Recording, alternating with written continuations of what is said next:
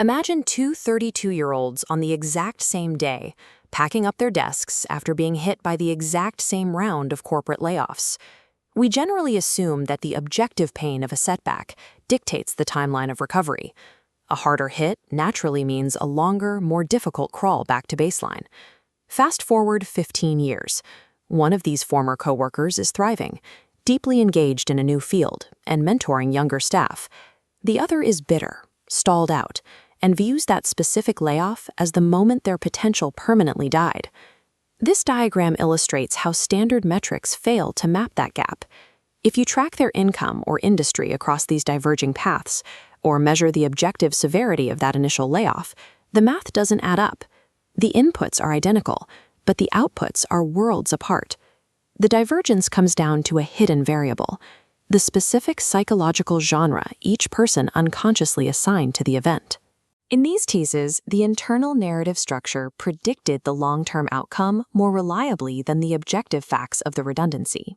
At Northwestern University, psychologist Dan McAdams and his research team spent decades conducting and coding extensive life story interviews with adults.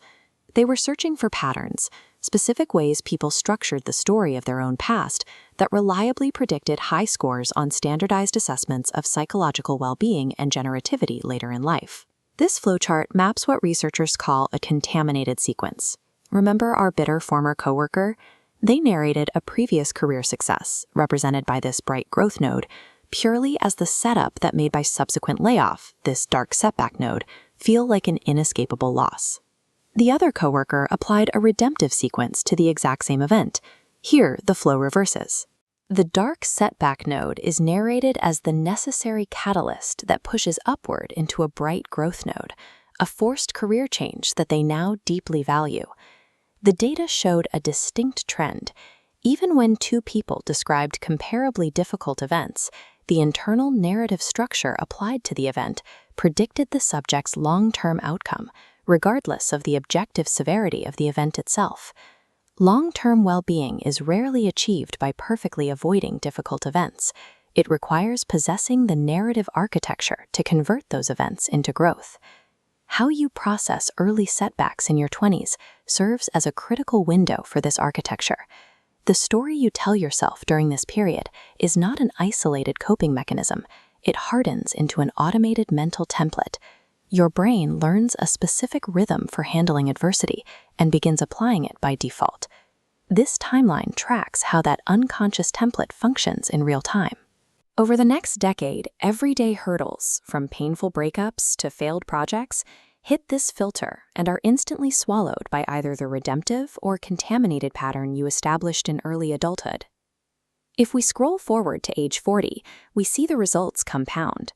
A contaminated style stacks each difficulty downwards, making every new failure heavier than the last.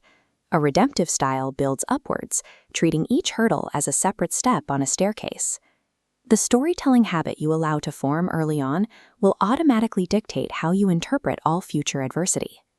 But there is an obvious risk here. Does deliberately reframing trauma as a redemptive story just mean lying to yourself? It is easy to assume this is just searching for a comforting silver lining. Forcing a redemptive structure onto genuinely unresolved or ongoing harm, like an abusive relationship, is actively dangerous. If a person narrates an abusive relationship purely as the thing that taught them their worth before the underlying harm has actually been processed, they risk suppressing legitimate grief and anger. A forced happy ending bypasses the hard therapeutic work that a more accurate account would demand. A functional redemptive story cannot be built on relentless comfort. It must first be rigorously accurate to the harm suffered.